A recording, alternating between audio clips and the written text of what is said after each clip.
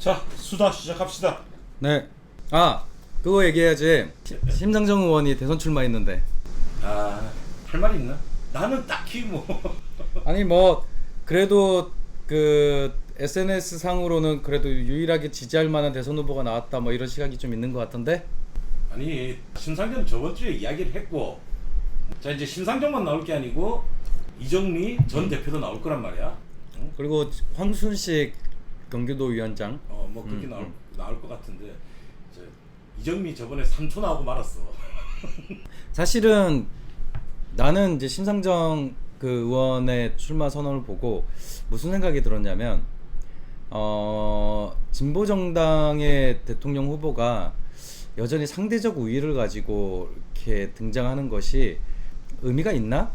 라는 생각을 했지. 그러니까 그 질문은 뭐냐면 무엇을 보여줬던가 라고 하는 거지. 그러니까 이를테면 정당으로서의 정의당이 혹은 유력 정치인으로서의 심상정 의원이 소위 문재인 정부 등장 이후에 유의미하게 보여줬던 행위라고 하는 것이 적어도 정치 민감자인 내 머릿속에는 없다는 거야.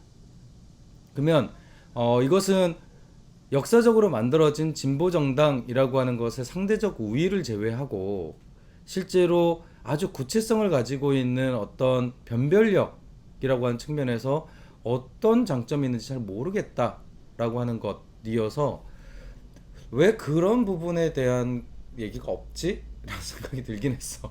그럼 이정미는? 더 없는 거지. 더 없는 거지. 그러니까 사실 조금 안타까운 게 만약에 필요하다라고 한다면 나는 이정미 전 대표 같은 분이 어쨌든 지금 8.15 국면 내에서 본인이 가지고 있는 평화체계나 내지는 이런 것과 관련된 것들을 좀 더 강하게 얘기해도 좋다는 생각을 갖고 있어. 왜냐면 심상정 의원이랑 이정미 전 대표랑 뭐가 차이가 나는데 라고 했을 때 실제로 개개인이 가지고 있는 차이가 없다라고 한다면 도대체 이게 무슨 의미가 있냐는 거야. 근데 오로지 아마 싸울 거는 그거밖에 없을 것 같다는 거지. 심상정은 몇 번 출마했는데 이제 새로운 사람이 출마해야 된다 뭐 이렇게 얘기를 하는데 국민들 입장에선 정말 새롭냐 라고 하는 거거든. 그러니까 이제 새로운 게 없는 거지. 그러니까 이게 3초라고 하는 초가 중요한 게 아니라 실제로 이쪽 바닥에 있는 사람들조차도 지금 현재 이정미 전 대표가 뭘 하고 있는지를 모르고 있는 상황에 대해서 진지하게 고민을 해야 되는 거고, 또 비슷하게 심상정 의원이 지금 당장 뭘 하고 있는지에 대해서 전혀 모르고 있다. 우리는 유호정이나 장혜영 의원에 대해서는 알고 있어. 뭘 하는지. 근데 심상정 의원에 대해서는 모르고 있다고. 아마 이렇게 얘기를 하면 네가 알려고 하지 않아서 그런 거야 라고 하지만 실제로 내가 알려고 하는 노력을 할 거면 왜 다른 후보들 같은 경우는 그냥 앉아 있어도 귀에 들리는데 내가 특정 후보, 심상정 후보 같은 사람은 내가 알려고 노력을 해야 되는가라는 질문에 답을 해줘야 되는 거지.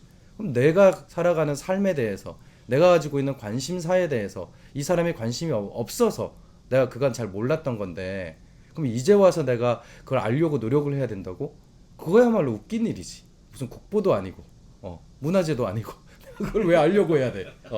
그러니까 그런 부분에서 지나치게 기존에 쌓아놨던 것을 그냥 까먹는 정도의 정치라고 하는 부분에 나는 개인적으로는 불만이 좀 있다. 요약해서 말하면은 결국 이정미는 아직까지 관심 없다. 아니 무슨 얘기를 하는지 모른다니까. 그냥 이정미라고 하는 대표가 있으셨고 대통령 후보로 나올 수도 있다라고 하는 것만 알지, 이분이 어떤 활동을 하고 어떤 주장을 하고 있는지, 그리고 이분의 어떤 주변에 어떤 사람들과 함께 그런 고민을 하고 있는지를 전혀 모르겠다. 할 얘기가 없다. 이정미 캠프 측에 계신 분들, SNS 좀 열심히 하세요. 저는 끝까지 이정미를 이야기하고 있습니다. 아이씨. 그거보다 사실 나는 요번 주에 관심 있는 게 두 가지. 이재용. 이거는 뭐 하도 나왔으니까. 그리고 하나는 우리의 그 학교용이 쏘아올린 최재형 할아버지 독립운동가 아니다. 우선 최재형부터 먼저 이야기를 하고 한번. 사실은 그거는 조금 에피소드로 넘어갈 수도 있는 부분인 건데 이게 최재형 후보 측에서 지나치게 대선 전략이라고 하는 것을 미담 형식으로 구성한 것의 한계인 거지. 그러니까 입양을 했다. 굉장히 훌륭한 일인 건 맞아. 근데 그것이 대통령 후보로서의 자질하고는 직접적으로 연관이 되지 않지. 집안 자체가 독립운동가의 후손 집안이다. 아니 굉장히 의미 있고 가치가 있어. 하지만 대통령이 꼭 반드시 독립운동가의 후손일 필요는 없지. 그런데 이것을 지나치게 이제 최재형 같은 경우는 정책이나 비전이라고 하기보다는 개인 혹은 개인 가게가 가지고 있는 어떤 미담 형식으로 계속 메시지를 내다 보니까 나올 수 있는 자충수인 거지. 그리고 특히 이 독립운동가의 그 여부와 관련돼서는 조금 말을 아끼면 더 좋을 텐데 결국에는 민족문제연구소까지 나서게 만들었잖아.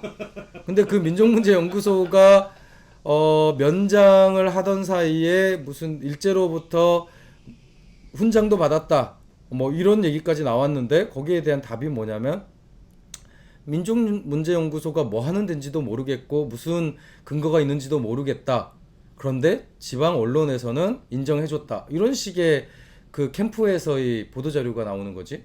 그러면 이제 이 사람은 뭐지? 이런 생각이 들게 되는 거지. 그러니까 사실관계에 오인이 있다. 이거는 굉장히 역사적으로 오래된 거고 이런 사실관계에 오인이 있을 수 있고 과도하게 표현이 됐다라고 하는 것이 일종의 사과의 대상일 수는 있지만 우리는 독립후손이라고 하는 그 마음을 가지고 이제까지 살아왔기 때문에 그 가치나 방향에 대해서는 이론이 없다. 그러니까 그렇게 해서 넘어갔으면 할아버지가 독립운동가냐 아니냐가 중요한 게 아니라 그 가치대로 살아왔다는 것이 더 부각이 될 수도 있겠지. 그런데 이게 넘어갈 수도 있었던 것을 계속 사실관계의 여부로 집중을 해버리니까 스텝이 꼬이는 거지. 그리고 여기에 이 문제 제기를 한 우리 그 김학규 선생이 가지고 있는 굉장히 디테일에 강한 그 부분, 이 부분을 너무 관가했던 거지. 그러니까 아마 최재형 후보 쪽에서는 그 김학규 선생이 가지고 있는 어떤 정치적 포지션, 이를테면 뭐 조국에 친하고 뭐 이런 것들을 보고 이게 굉장히 정파적 접근일 거야라고 하는 선입견이 있었던 것 같고, 그렇기 때문에 이 부분을 소위 정파적 대립 구조로 풀면 풀릴 거라고 봤는데, 사실은 이 민족 문제나 혹은 역사적 문제와 관련돼서 김학규 선생이 가지고 있는 전문성이라고 하는 걸 너무 간과했다 라고 하는 것이 패착 중에 패착이겠지. 특히 김학규 선생을 아는 입장에서는 이분이 얼만큼 디테일에 강한지 그건 당신도 알잖아. 이분이 동작을 거쳐간 그 역사적 사실을 밝혀내는 어떤 디테일 이런 거. 동작구에서 하룻밤만 자고 지나간 사람도 그 사람을 다 파내서 1시간짜리 이야기거리로 만들 수 있는 그 역량을 갖고 계신 분인데 이분을 너무 쉽게 봤던 거지. 내가 이제 이거를 보면서 좀 생각이 드는 부분이 뭐냐면은, 자, 우리 할아버지는 일제시대 때 장사를 하셔가지고 돈을 모았던 사람이에요. 우리 할아버지가 일제시대를 그때 돈을 모았다, 장사를 해서 돈을 모았기 때문에 친일파냐. 자, 이것과 이건 조금 별개의 다른 문제지. 문제거든. 다른 그러니까 문제지. 우리 아버지 세대들이 그게 너무 강박을 가지고 있는 게 아닌가. 그치. 그냥 그치. 일제시대 때 사는 거야. 사는 거. 물론 우리 할아버지가 이제 장사를 하셨다 그러니까 나는 모르지. 그나마 좀 착한 방법으로 돈을 벌었을지 아니면 정말 인정사정 없이 돈을 벌었을지 그건 아무도 모르는 거야. 나도 모르는 거야. 내가 그 시대 안 살아 그랬으니까. 하지만 후손의 성향을 보면은 짐작할 수는 있지. 아니, 또 그건 아닌 것 같고. 근데 그냥 사람들이 자꾸 친일 프레임이라는 이거를 계속 만들어가니까 이런 에피소드가 생겨나는 게 아닌가. 그냥 그치. 그러니까 사실은 친일 문제라고 하는 것은 일종의 역사 문제인데, 우리는 이 역사 문제를 현실에서의 대일 외교의 수단으로 활용하는 측면이 있지. 그리고 그것이 분리가 되지 않기 때문에 현재 일본국이라고 불리는 그 현대 국가로서의 일본이라고 하는 것에 대한 태도에 있어서 사실은 과거의 역사적 관계가 전제될 수는 있겠지만 과거에 일어난 사실관계가 직접적으로 영향을 미치는 것은 사실 오판일 수 있겠다는 생각이 있어. 그런데 우리는 여전히 그 시각에서 이 그 일제시대의 문제를 바라보고 있기 때문에 사실은 이제 친일 혹은 친일파 혹은 부역이라고 하는 것이 가지고 있는 현재적 의미를 지나치게 과잉하는 그런 맥락이 있는 것 같아. 그러니까 그렇기 때문에 일제시대를 살아왔던 사람들이 대다수일 거고 그 과정에서 누군가는 일본인 순사의 편을 들어서 민족 같은 민족인 조선인을 이렇게 학대하거나 혹은 하는 사람이 있었겠지. 하지만 그게 단일 민족이라고 하는 정서가 아니라 이미 우리는 일본국의 속국이라고 하는 정서가 일반적인 상식에 가까웠다면, 물론 그것을 거부하고 독립운동을 끊임없이 하셨던 분들이 있어. 그분들은 위인이지. 그리고 현재적 입장에서 우리는 존경해야 되는 게 맞아. 그런데 그럼에도 불구하고 그 당시를 살았던 평범한 사람들이 갖고 있는 그 시각이라면 사실은 그 일본인 순사가 혹은 어떤 권력을 갖고 있는 사람이 그냥 권력을 갖고 있는 사람이기 때문에 의탁을 했던 거고, 그건 다시 말하면 군사 독재 시기에 군인들한테 아부했던 평범한 사람들, 그치? 그리고 문재인 정부 시기에 어쨌든 무슨 공기업이나 어디에 한자리를 하고 있는 사람들에게 뭔가 청탁을 하고 뭔가를 요구하는 평범한 사람들, 사실은 이런 사람들까지 친일이라고 하는 프레임으로 싸버리면 이게 굉장히 문제가 생긴다는 거지. 그러니까 그런 면에서 나는 그 최재형 씨의 그 독립운동 논란이라고 하는 것은 단순히 최재형 뭐 이렇게 해서 실수를 한 건 맞지, 잘못한 건 맞지. 근데 그럼에도 불구하고 그것을 또 특정한 정치 캠프의 에피소드로 넘어가는 것에 대해서도 조금은 불편한 게 있긴 해. 그러니까 계속 이런 논란들을 계속 해야 되는 건가? 뭐 이런 부분들이 없지 않아 있다. 뭐. 그리고 또 하나 더, 우리 할아버지가 독립운동가예요라고 말할 정도면은 자기가 조사를 좀 해봐야 된다고 봐. 집안에서 내려오는 제발 그 뻥을 가지고 그 그렇지. 뻥을 가지고 그렇지. 정치로 가지고 안 왔으면 좋겠어. 아우, 그럼 그러니까 어머니들이 얘기하는 우리 아이는 천재예요라고 하는 걸 성인이 돼서도 믿으면 그러니까. 그거는 그 개인의 부덕이지. 그러니까 어떤 면에서 보면 최재형 할아버지는 어떤 마음이신지는 모르겠으나 그 후손이 좀 잘못했네. 그러니까 내가 말하는 게 그 부분이야. 후손이 잘못했네. 특히 그 최재형 아버지가 굉장히 큰 잘못을 했네. 이렇게 파기 시작하면은 그 학교형이 또 굉장히 디테일하게 파고. 아유, 그럼. 근데 파기 시작하니까 독립운동가가 아니고 이제는 실질적으로 우리가 친일파라 부르는 범주로 지금 그치. 최재형 할아버지가 평가될 수밖에 그치. 없는 그렇게 됐다고.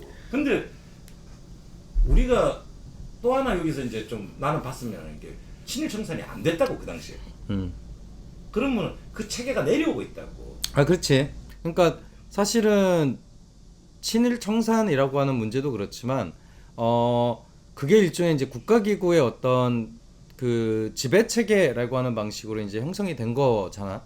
어쨌든 해방 이후에 군정이 들어서고 그 군정에 의해서 임시정부가 만들어지는 그 맥락, 그리고 한국전쟁 이후에 전후 정부가 만들어지는 그 과정에서 실제로 친일 문제를 압도했던 것은 어쨌든 반공 이데올로기라고 하는 거였고 남북 간의 경쟁 구도라고 하는 것이었기 때문에 사실은 친일 그리고 그 독립이라고 하는 것은 여전히 한국의 지배 체계 내에서는 잠재되어 있는 문제이긴 하지.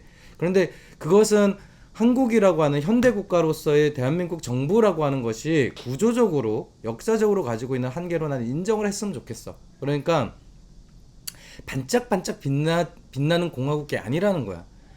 대한민국이라는 공화국은 엄청나게 때가 타고 그리고 사적 이익이나 개별적 이익이 엉켜서 붙어 있는 굉장히 얼룩덜룩한 공화국인 거지.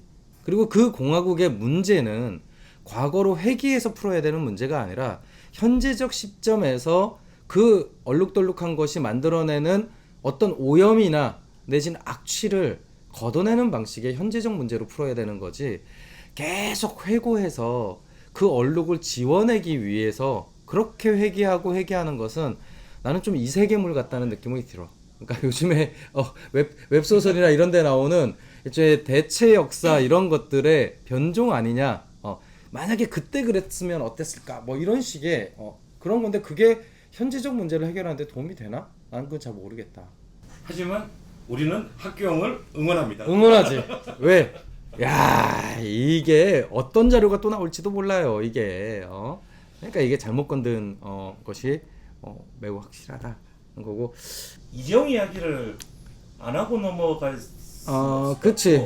아니 나는 거기서 또 재밌는 부분이 예전에 재난지원금 때 기획재정부가 타겟이 되었어. 이번에는 법무부 탓을 하려고 그래. 그리고 언론 탓을 하려고 그래. 웃긴 일이지. 소위 말하는 그 문재인 대통령을 지지하는 그 세력들의 그런 논리라면은 이 사람들이, 이 지지자들이 문재인 대통령을 바보로 만들고 있는 거야. 사람 문재인을 그냥 바보 문재인으로 만들고 있는 거야. 저 사람은 그러니까 기획재정부 장관한테 휘둘려, 법무부 장관한테 휘둘려, 이런 거밖에 안 된다고. 인정을 하기 싫어하는 부분 있잖아. 이 사람이 기조가 변했다는 사실을 인정하기 싫은 부분들. 어떤 면에서 보면 이렇게 한번 생각을 해보자고. 그러니까 국가라고 하는 시스템은 개인이 좌지우지하기에는 너무 커, 복잡하고. 그래서 소위 문재인 정부라고 했을 때 우리는 문재인 정부가 가지고 있는 함의는 문재인 개인 자연인으로서의 대통령뿐만이 아니라 그 대통령에 속하는 집단들이라고 하는 것을 우리 전제를 해야 되겠지. 그렇게 봤을 때 나는 문재인 자연인으로서의 문재인 대통령 자체가 그렇게 역량이 뛰어나다고 생각하지 않아. 그러니까 그거는 그 개인이 가지고 있는 애티튜드, 그러니까 즉 태도의 문제하고는 별도로 국정을 운영할 만큼의 전문성이나 내지는 지향 혹은 비전이 굉장히 구체적인 사람이냐 그렇게 생각하지 않는다. 그러면 그랬을 때 소위 법무부에서의 판단이나 내지는 이런 것들을 판단할 수 있는 것은 문재인 대통령이 정책적 판단을 할 때에 그것을 의지하고 있는 그 집단의 사고가 훨씬 더 중요할 수 있는 거지. 그렇게 보면 사실은 문재인 대통령이 몰랐겠느냐? 아니, 알았겠지. 하지만 그 판단을 문재인 대통령이 했느냐? 그건 모르겠다는 거야. 오히려 청와대가 판단한 건 맞겠지. 청와대가 조율을 했을 거야. 그리고 그것을 우리는 문재인 대통령이라고 하는 것을 개인에 대한 명사가 아니라 집단에 대한 명사로 이해를 해야 되는 거지.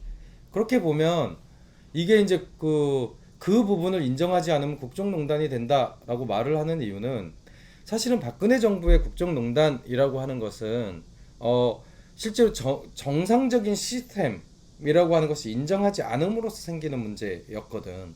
그렇게 보면 만약에 문재인 정부의 청와대가 모르고 법무부가 판단을 내린 거다라고 하면 그거야말로 국정농단의 내용하고 형식적으로는 똑같아지는 셈이 되는 거지. 왜냐하면 국정이라고 하는 것은 법리적으로 권한을 행사하는 것을 넘어서서 그 법리의 행위, 행정행위가 국민들한테 어떤 영향을 미칠 수 있고 그리고 사회적으로 어떤 결과를 만들 수 있는지까지 판단하는 게 국정이라는 거지. 그냥 그 업무 분장 규칙에 따라서 대통령 요거까지만 하면 되고요. 비서실장은 요만큼 하고요. 법무부는 법률에 나온 대로 요 판단을 다 하는 거고요. 이렇게 할 거면 그냥 그대로 하면 되지. 대통령 선거를 뭐하러 해. 그냥 업무 분장표에 따라 그냥 하면 되지. 그냥 시스템으로 가면 되는데. 근데 그럼에도 불구하고 국정이라고 하는 것은 그것을 종합적으로 고려한다라고 하는 일종의 정무적 판단을 기탁하는 건데 문재인 정부의 지지자들은 그 정무적 판단이라고 하는 것을 없애고 있는 거지. 그러면 그것을 없애는 순간에 뭐가 되냐라고 하면 문재인 정부에서 정치라고 하는 영역을 빼내고 있는 거거든. 그러면 문재인 대통령을 그냥 행정부의 수반으로만 만들어 놓고 있는 거인 거고 그게 얼마나 우스운 행위가 되는지에 대해서 정말 진짜 진지하게 한번 고민을 해봐야 되는 것 같아. 그러니까 그런 면에서 보면 어떤 면에서는 그 최재형 후보가 얘기하잖아. 국민의 삶을 왜 국가가 다 책임져야 합니까? 자기의 삶을 각자가 다 책임져야지. 아니, 행정가의 입장에선 맞아. 행정가의 입장에서는 국민 개개인을 지원해주고 그런 것들을 보호해주는 역할을 하는 거지 삶 자체를 행정이 다 책임진다는 건 없거든. 하지만 정치의 얘기는 다르지. 정치의 얘기는 정부라고 하는 것이 국민을 지켜주고 국민의 삶을 보호해주고 그것을 책임진다라고 하는 자기 명령에서 시작되는 게 정치라고. 그러니까 최재형 씨가 한 말은 정치의 언어가 아니라 행정의 언어로서는 맞아.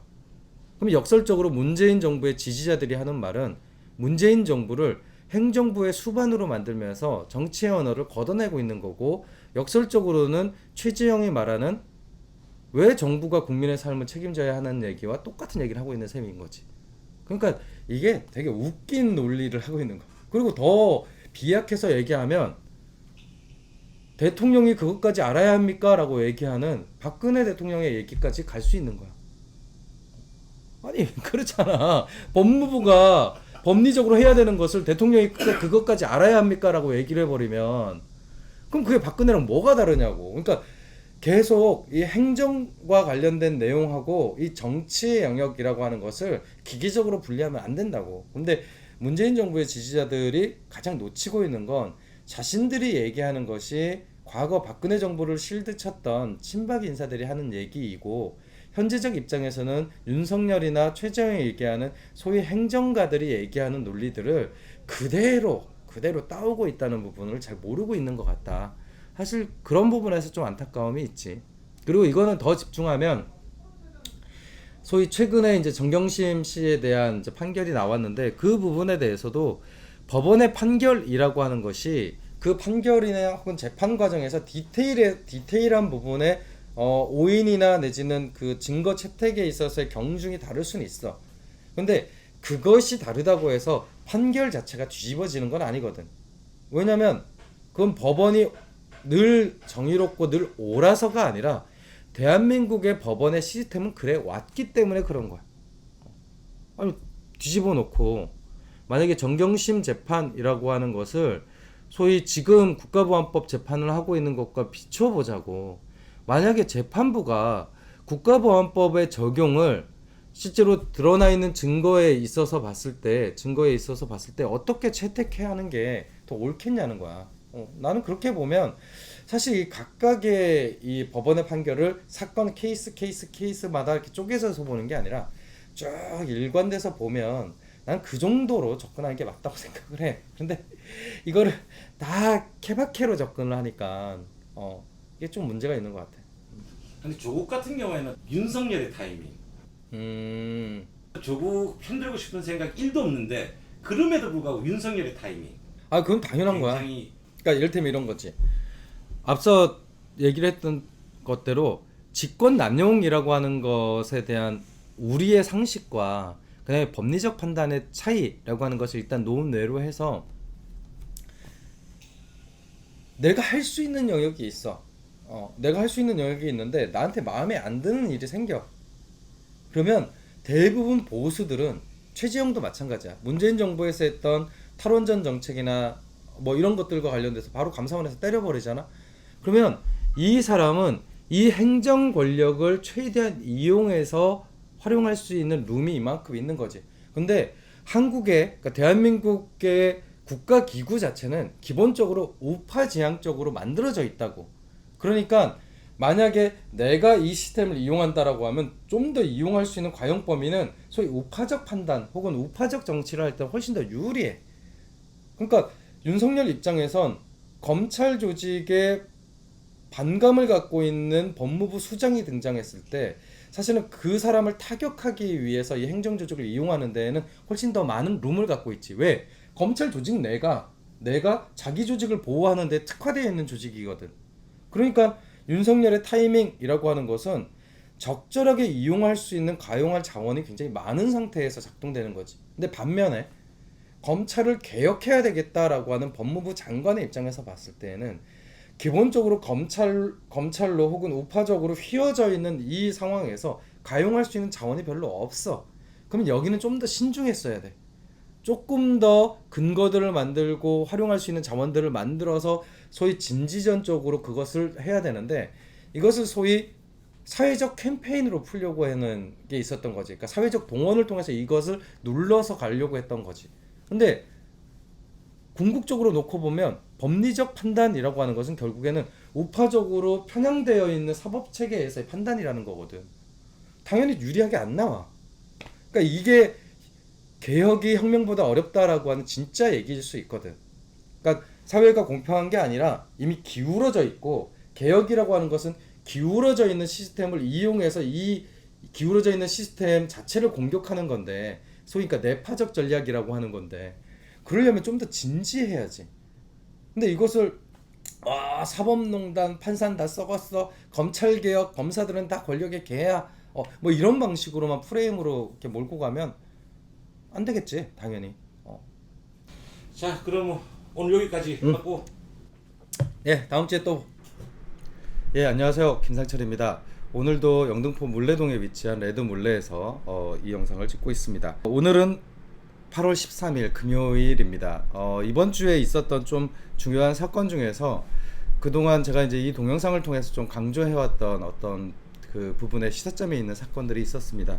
그게 뭐냐면, 그 사법농단의 이제 주요 주역 중에 하나인 임성근 전 부장 그 판사에 대한 그 판결이 있었고요. 무죄 취지의 판결이 있었고, 또 하나는 블랙리스트 사건, 그러니까 문화예술인에 대한 블랙리스트 사건에 사실은 핵심적인 역할을 했고, SNS 상에 좀 논란을 빚었던 전 그 한민호 문체부 국장에 대한 또 법원의 판결이 있었습니다. 이걸 주목하는 이유는 이렇습니다.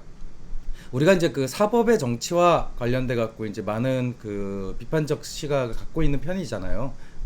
너무 지나치게 사회적으로 합의하고 사회적 정의를 만들어야 되는 부분에 대해서 이 법을 통한 어떤 징벌이나 내진 처벌 중심으로 너무 접근하는 거 아니냐라고 하는 시각이 있고, 또 하나는 그렇다고 해서 이게 잘 되는 것도 아니야. 근데 법원에 의해서 무죄 취지의 판결이 나오는 순간에 그 사람이 했던 모든 행위들이 사실은 그럼 합법의 틀을 쓰게 되고 정당하다라고 하는 틀을 쓰게 되는 거, 이게 맞는 거야? 라고 하는 것이 사실은 정치의 사법화라고 했을 때 가장 우려하는 부분이었습니다. 그럼에도 불구하고 우리는 여전히 어떤 사회적 문제에 대해서 법률적 판단에 기대서 유무죄를 따지는, 그것이 우리 사회에서의 어떤 최종적 결론인 것처럼 인식하는 부분이 있고요. 저는 최근에 나왔던 임성근 그 판사에 대한 판결하고 한민호 국장에 대한 판결이 사실 더 이상은 그런 방식으로 좀 접근하지 않았으면 좋겠다. 특히 공적 영역에서 벌어지는 어떤 갈등에 대해서 이것을 형사법, 그러니까 즉 형법을 통해서 처벌하는 방식으로 이게 교정되지 않는다라고 하는 부분에 대한 이야기를 하고 싶습니다. 먼저 이제 임성근 전 부장 판사의 경우에는 사실 좀 이 이름을 기억해둘 필요가 있습니다. 왜냐하면 국회를 통해서 법안 탄핵이 가결된 사람이고요. 헌법재판소에서 이 임성근 판사에 대한 탄핵 재판을 지금 하고 있는 중입니다. 그런데 그 이전에 임성근 부장판사에 대한 그 면직 처분과 관련된 판결이 있었고, 그 부분에 대해서 이제 이 징계가 정당하냐 안 하냐라고 하는 논란이 있었습니다. 법원의 판결은 되게 명확합니다. 그게 뭐냐면, 직권남용 권리방해로 이 사람이 소를 당했는데 이게 직권남용의 범위에 들지 않는다라고 하는 겁니다. 그러니까 이제 이 논리는 뭐냐면, 판사가 있어요. 재판을 내리는 판사가 있는데 그 당시 형사부장이었던 임성근 씨가 이 재판은 그 정권에서 되게 관심이 있는 재판이니까 이렇게 하는 게 좋겠어, 뭐 이제 이런 식으로 얘기를 한 거죠. 그러면 그 얘기를 들은 그 재판 판결을 받고, 그러니까 그 재판을 맡고 있는 판사가 사실은 이 형사부장이 말한 그대로 취지 판결을 내립니다. 우리 같은 평범한 사람은 여기에서 인과성을 의심할 나위가 없죠. 상급자인 형사부장이 일개 이제 재판을 하고 있는 판사에게 이런 의견을 얘기를 했으면 당연히 영향을 받았겠구나, 이렇게 생각하는 것이 상식입니다. 그런데 법원의 판결은 뭐냐면, 이게 직권 남용이 되려면 이 판사, 재판을 내리는 이 판사에게 영향력을 미칠 수 있는 그 권리 관계가 형성이 돼야 된다는 겁니다. 그래서 그랬을 때 재판에 영향을 줄 수 있는 사람은 법원장이지 형사부장이 아니다라고 하는 취지의 판결을 내린 거죠. 이를테면 이런 겁니다. 제가 직장을 다니는데 저한테 대한 인사권이 우리 과장한테 있어요. 그런데 이 과장의 말을 듣지 않고 제가 인사과에 있는 실제로 이 회사의 실세라고 불리는 사람이 저한테 업무 지시를 합니다. 그럼 저는 그 업무 지시를 따를 수밖에 없겠죠. 근데 법원에 갔더니 이 인사과에 있는 이 실세가 지시한 것을 제가 따른 것이 일종의 강요죄일 수는 있지만 직권남용은 아니다라고 판결이 나온 겁니다. 왜냐하면 이 사람은 저한테 인사적 불이익을 못 준다라고 판결을 내린 셈이 되는 거니까요. 이게 사실은 법리적 판단의 한계입니다. 그런데 뒤집어 놓고 보면 일반 시민들이 판결을 받을 때 실제로 얼만큼의 정상을 참작해야 그게 올바르고 정의로운 판결일지에 대한 질문이 생기게 됩니다. 그런 면에서 보면 이 임성근 부장판사에 대한 판결은 사실은 우리가 갖고 있는 일반적인 상식적 감각하고는 다릅니다. 누가 봐도 이 직장 생활 내에서 상급자, 그 상급자의 부서가 어디든 간에 누가 봐도 이 법원 안에서 실세거든요. 근데 실세가 시키는 말을 내가 거부할 수 있을까? 당연히 그렇게 생각합니다. 근데 법원에서의 판결은 무슨 소리야? 법관은 다 독립적이고 실제로 이것이 그러니까 권리관계로서의 종속이 되어 있지 않기 때문에 사실 이 독립성을 침해했다고 보기는 힘들지라고 판결을 내린 셈입니다. 문제는 이 법원의 판결이 아니라 그 법원의 판결이 사회적으로 수용되는 형태인 겁니다. 한번 생각을 해보죠. 우리는 어떤 사건이 검찰에 의해서 기소된 것만으로도 그 사람의 유죄가 충분하다라고 하는 인식을 갖고 있습니다. 그렇기 때문에 많은 사건에 대해서 우리는 무조건 검사의 힘을 통해서 재판에 올라가는 것 자체를 일종의 정의라고 생각하는 감각이 있습니다. 웃기지 않나요? 우리가 얘기하는 검찰개혁이라고 하는 것은 검찰이 정의의 심판자가 아니다. 그러니까 법치주의의 한 축일 뿐이지 검찰 자체가 정의를 대변해서는 안 된다라고 하는 생각을 갖고 있는 겁니다. 하지만 거기에 상반되게 우리의 법리적 감각은 뭐냐면 검찰을 통해서 기소된 것만으로도 뭔가 달성됐다라고 하는 그 느낌이 있는 겁니다. 그러니까 이게 도대체 뭐냐는 거죠. 그렇기 때문에 많은 경우 임성근 부장판사와 같이 이런 직권남용에 대해서 엄격하게 판단을 내리게 되면 결국에 초기에 임성근 부장판사를 면직 처리를 하고 막 징계를 할 때에는 상쾌함이 막 들다가도 법원의 판결이 나오면 뭐지? 결국 무죄가 나왔네? 그러면 그건 잘못한 게 아니라는 뜻인가? 해갖고 법원을 막 욕하는 그런 문제로 가게 되는 것이죠. 하지만 그 법원이 다른 한편으로는 민주노총 전 위원장인 김명한 위원장에 대해서 집행유예를 확정했습니다. 작년에 국회 앞에서 그 국회 진입을 하는 시위를 한 건과 관련된 건데 검찰의 경우에는 이것은 폭력을 행사한 것이고 또 국가 중요시설을 난입한 것이기 때문에 실형을 해야 된다는 취지로 항소를 했지만 대법원의 판결로서는 어떻게 나왔냐면 맞다.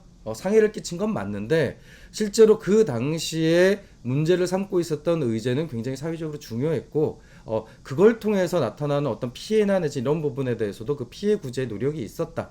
그렇기 때문에 집행유예를 확정한 겁니다. 그러니까 어느 하나는 옳고 어느 하나는 그럴 수가 없는 겁니다. 이게 법리라고 하는 것이 그렇다면 애초에 우리가 사법적 정의를 달성하고자 하는 취지가 어디까지인지에 대한 고민이 필요한 거죠. 여기에서 하나 또 사례로 살펴볼 만한 게 문화체육계의 블랙리스트의 일종의 사실은 핵심 축 중에 하나였지만 기소가 되지 않았던 사람이 있습니다. 그 사람이 이제 한민호라고 하는 사람인데요. 이 사람은 굉장한 실수였습니다. 성실 의무 위반이라고 하는 이유로 면직이 됩니다. 그리고 이 사람은 소송을 내죠. 과하다라고 소송을 냅니다. 그러니까 자기가 한 일을 부정하는 것이 아니라 내가 이런 일을 한 건 맞는데 이것이 면직을 당할 만큼이냐라고 하는 소를 제기한 거죠. 그리고 그 소에 대해서 최근에 판결이 나옵니다. 과했다라고 판결이 나오는 거죠.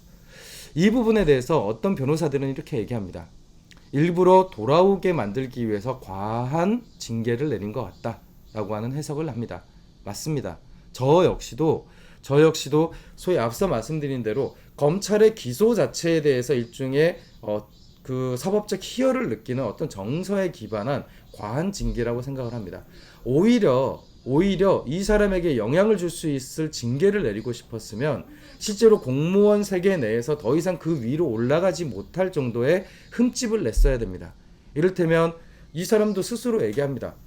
내가 만약에 징계를 받았으면 주의나 경고 조치 이 정도면 충분했던 것 같다 라고 얘기를 합니다. 맞습니다.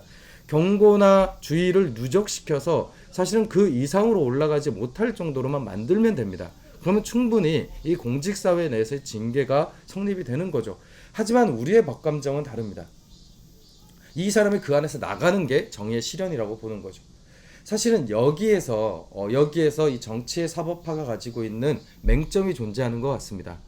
우리는 한편으로는 검찰개혁이라고 하는 것을 지지하지만 다른 한편으로는 검찰에 의해서 기소되는 것 그리고 그 기소될 때의 형량 자체가 우리의 정의감의 일종의 실현이라고 보는 것 같습니다.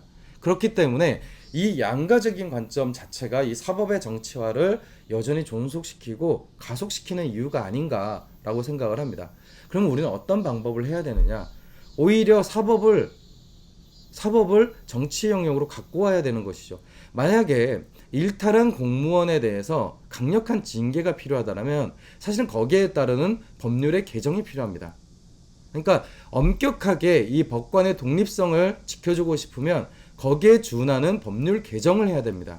그래서 그것이 과거의 내용을 개선하긴 힘들지만 앞으로 일어날 일에 대해서는 막는 일종의 방지턱 역할을 할 수 있게끔 사법제도를 만들어야 되는 거죠. 어쨌든 법률을 만들어야 되는 겁니다. 그런데 이 국회 내에서는 사실은 그와 같은 법률 개정은 일어나지 않았습니다. 그러니까 한민호 같은 공무원을 실질적으로 징계할 수 있는 규칙이나 법률은 만들지 않고 기존에 있는 법률 체계의 논리를 억지로 끌어오게 되면 결국에 검찰은 마지못해서 혹은 대한민국의 인사혁신처나 이런 데서는 마지못해서 징계는 할 것이지만 그것이 법률에 의해서 완성되지는 않게 될 겁니다. 그러면 단기적으로는 카타르시스지만 장기적으로 보면 현상 유지가 되는 것이죠. 그랬을 때 이 부분을 좀 명확하게 풀었으면 좋겠다라고 하는 게 제가 최근 이 사건을 보면서 드는 생각입니다. 어찌됐든 일사부재이기 때문에 한민호 국장은 복직을 하거나 아니면 배상 신청을 해서 그 기간이 한 1년 6개월 정도 됐다는데 그때까지의 월급을 다 받아가고 퇴직금이나 이런 것들도 다 수령을 해 나가겠죠. 사실은 본인은 어쨌든 우리공화당 출신의 또 그 총선 출마자 아니겠습니까? 큰 꿈을 꾸시겠죠. 하지만 그 사람한테는 영원히 무죄라고 하는 꼬리표를 통해서 그간 문재인 정부에 의해서 탄압을 받은 공무원이라는 수식은 가져가게 될 겁니다. 다른 한편으로 임성근 부장판사와 관련돼서도 직권남용이라고 하는 것이 무죄로 된 이상 이 사람에 대한 헌법재판소의 탄핵소추와 관련된 판결 역시도 영향을 받을 수밖에 없게 되었습니다. 만약에 그 시기에 국회가 직권남용과 관련된 것들을 좀 더 다른 방식으로 구체화를 하거나 특히 공직에 있어서의 직권남용의 범위를 좀 더 넓혀줬다면 사실은 좀 다른 고민을 해볼 수 있겠죠. 하지만 그런 노력은 없었다라고 하는 것이 좀 슬픈 일입니다. 그런 면에서 이것과는 직접적으로 연결이 되지 않지만 최근에 세월호 참사 특별검사로 됐었던 그 이현주 특별검사의 발표도 유심히 한번 볼 필요가 있습니다. 제가 말하고 싶은 것은 그 특별검사의 얘기가 옳다라고 주장하는 것은 아닙니다.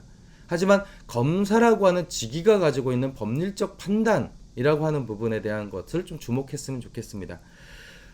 이 특별검사가 맡았던 것은 증거 조작과 관련된 내용이었습니다. 그러니까 즉 기존의 검찰에 의해서 수사되고 조사되었던 증거들, 대표적으로는 그 영상과 관련된 정보들이 실제로 조작이 있었는가라고 하는 것이 사실은 굉장히 중요한 쟁점이었던 거죠. 그리고 그 이현주 특별검사는 조작의 증거가 발견되지 않았다라고 얘기를 했습니다. 다시 말씀드리지만 조작이 없었다가 아니라 조작을 한 증거를 확인하지 못했다라고 판결을 내린 겁니다. 그러니까 이 특별검사를 우리가 임명을 하고 그 특별검사를 요구했을 때 바로 그 질문 해경이 확보를 했고, 또 검찰에서 세월호와 관련된 수사를 진행할 때 핵심적인 증거로 사용했던 것들이 과연 조작이 되었습니까? 라고 하는 것에 대한 특별검사의 그 수사 결과가 조작의 증거가 없습니다 라고 판결이 나온 겁니다. 그러면서 어떤 결과가 나왔습니까? 마치 기존에 이미 판결이 나왔던 세월호와 관련된 처벌에 더 이상 추가적인 내용은 없는 거다라고 하는 식의 인식이 오지 않았습니까? 그러니까 저는 이게 쟁점을 어떻게 잡느냐라고 하는 부분에서의 차이가 있는 것 같습니다. 이를테면 이런 거죠. 증거를 조작한 증거가 없다라고 하는 판결이 세월호의 실체적 진실과 관련돼서 던지는 내용은 뭐냐면, 그래, 지금 나와 있는, 어쨌든 우리가 확보하고 있는 증거 자체가 조작되지 않았다 하더라도 밝혀지지 않은 실체적 진실이 존재하느냐라고 하는 질문으로 다시 집중을 하면 됩니다. 그러니까 조작 여부 자체에 집중하는 것 자체가 부정됐다고 해서 세월호의 실체적 진실이라고 하는 것이 무의미해지는 게 아니라는 겁니다. 그런데 우리가 그간 세월호 사건을 대했던 태도라고 하는 것은 박근혜 정권에 의해서 정권의 의도대로 이 사실관계라고 하는 것이 체계적으로 조작됐고 왜곡되었다라고 하는 그 가설을 가지고 이 사건을 바라보고 있습니다. 그렇기 때문에 조작이라고 하는 것이 기각되면 마치 세월호의 실체적 진실이라고 하는 것이 반박되는 것처럼 이렇게 생각하고 있는 것이라고 볼 수 있는 거죠. 저는 그렇게 생각하진 않습니다. 주어져 있는 증거 내에서 이미 드러나 있는, 인양되어 있는 세월호 선체가 담고 있는 여러 가지 증거들 속에서 여전히 확인되어야 할 실체적 증거가 있다고 생각합니다. 실체적 진실이 있다고 생각합니다. 근데 그것을 조작의 프레임으로 접근하게 되면 조작의 증거를 찾아내고 그 사람을 실행했던 사람들의 의도를 파악해야 되는 어려움이 남습니다. 이 프레임을 누가 만들었습니까? 저는 조작이라고 하는 것이 세월호의 실체적 진실하고는 전혀 상관이 없다라고 보는 관점에 좀 더 가까운 편입니다. 우리가 궁금한 것은 진짜로 세월호가 왜 그 서해 바다에 침몰을 했고 그것의 수습 과정이 왜 이 모양이었는지, 그리고 그 세월호 참사가 또 일어나지 않을 만큼 우리 사회가 안전하게 바뀌었는지가 저의 관심사입니다. 그런 과정에서 의도가 있었다면, 조작이 있었다면 그거는 그것대로 처벌을 해야 될 것이지, 조작이 없었다는 증거만으로 세월호의 실체적 진실이 더 이상 밝혀지지 않아야 된다라고 생각하진 않습니다. 그럼에도 불구하고 우리는 조작, 왜곡이라고 하는 프레임, 그 프리즘 하에서 세월호를 보고 있는 것이 아닌가라고 하는 것이 제가 가지고 있는 안타까움 중에 하나입니다. 그렇기 때문에 이 사참위, 그러니까 사회적 참사 특별위원회라고 하는 것이 가지고 있는 어떤 사회적 기능과 관련돼서 계속 의구심이 드는 것밖에는 없습니다. 이를테면 특별검사의 발표에 대해서 그 사참위에서 성명을 내놨습니다. 유감이다. 그리고 그 특별검사가 얘기했던 조작이 없었다라고 하는 것에 대해서 다시 재검토를 하겠다. 이런 식으로 이제 입장을 내놨는데, 과연 그게 지금 맞는 논의인가라는 생각이 좀 있습니다. 근데 이 부분에 대해서 우리가 사회적 논쟁을 하기에 충분하지 않은 조건이 있는 것 같습니다. 그거는 일종의 사회적 피해, 그러니까 사회적 참사의 당사자인 유족들이 이 사회적 진실을 밝혀내는 과정에 깊이 개입이 되어 있고, 그것의 의사를 반하는 것은 일종의 유족의 의사를 반하는 것으로 바로 직렬화되고 있기 때문에 우리는 어쨌든 이 논쟁을 좀 피하고 있는 것 같습니다. 하지만 저는 개인적으로 그것이 사회적 진실, 참사의 진실을 밝히는 데 정말 도움이 되는 건가 라고 하는 부분에 대해서는 사실 동의를 하기가 좀 힘든 부분이 있습니다. 다시 말씀드리지만, 기소를 하고 그 사람은 범죄자야라고 판단을 내리는 것이 사회적 정의의 진실인 시기를 좀 넘어서야 되지 않는가라고 하는 고민이 있는 거죠. 오히려 우리가 원하는 정의라고 하는 것은 좁은 법리적 판단에서 판결이 나오는 법원이 아니라 사실 법원 밖의 사회여야 합니다. 그리고 우리 사회 자체가 다시는 이런 일이 벌어지지 않도록 하자라고 하는 합의를 만들어내는 것이 핵심이겠죠. 하지만 지금 결과는 뭡니까?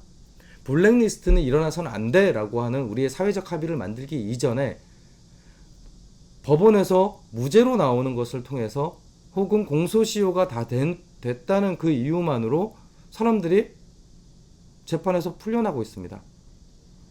사법농단이 분명히 있었는데도 불구하고 아주 좁은 직권남용이라고 하는 법리적 해석에 갇혀서 무죄 취지의 판결이 나오고 있습니다. 그리고 사회인식은 이렇게 됩니다. 문재인 정부가 보복성으로 사법농단과 관련된 이야기를 했고 보복성으로 블랙리스트와 관련된 거를 활용했다라고 하는 논리가 됩니다. 저는 그런 주장에 대해서 일정 부분 그 블랙리스트 운동을 했던 혹은 사법농단에 기반해서 사법개혁을 주장했던 소위 시민운동 혹은 사회운동 세력 역시도 좀 고민해야 될 부분이 있다고 생각합니다. 그러니까 그 중요한 사회적 의제를 문재인 정부라고 하는 아주 특수한 정치 집단에게 요구하고 맡긴 것 자체가 일종의 한계를 갖고 있었던 것이 아니냐. 즉 특정한 정파적 이익의 수단으로 사회적 쟁점, 사회적 의제들을 지나치게 다 넘긴 게 아니냐라고 하는 고민이 있습니다. 사실은 이 고민을 좀 같이 해봤으면 좋겠다라는 생각이고요. 그런 의미에서 법원의 판결에 의해서 좌우되는 사회적 정의라고 하는 것이 도대체 우리 사회운동 그리고 시민사회의 진보에 어떤 의미가 있는지, 이것이 곧 정치의 사법화를 만들어 놓은 것이 아닌지에 대한 어떤 그런 진지한 고민들을 해볼 때가 됐다라고 생각을 합니다. 저는 이 내용을 한번 좀 더 고민을 해볼 생각입니다. 아마 이후의 판결들, 남아있는 판결들이 굉장히 많고요. 그게 의도했던 의도하지 않았던 소위 지난 적폐 정권에 의해서 정폐 정권을 탄핵을 통해서 묻어놨던 것이 다시 끄집어 나오는 배경인 것 같습니다. 왜 이들이 묻혀지지 않고 다시 이 정권 말기에 등장하고 있느냐라고 한다면, 우리는 지난 정부의 어떤 그 평가를 지나치게 문재인 정부라고 하는 특정 정파의 성공에 너무 기탁하고 있었던 것이 아니냐라고 하는 부분에 대한 판단이 필요할 것 같고, 문재인 정부가 흔들리면 흔들릴수록 역설적으로 우리가 촛불광장을 통해서 묻어놨던 그런 적폐 세력들이 다시 이 정부의 실패라고 하는 것을 구명줄 삼아서 다시 재정당하는 것을 계속 봐야 될 수도 있습니다. 그랬을 때 우리는 제2의 사회운동을 통해서, 시민운동을 통해서 다시 기존에 있는 것들을 끊어내는 노력이 필요할 수도 있겠다라는 판단을 하고 있습니다. 여러분들은 어떤 생각이신지요? 계속 관심을 갖고 지켜보도록 하겠습니다. 감사합니다.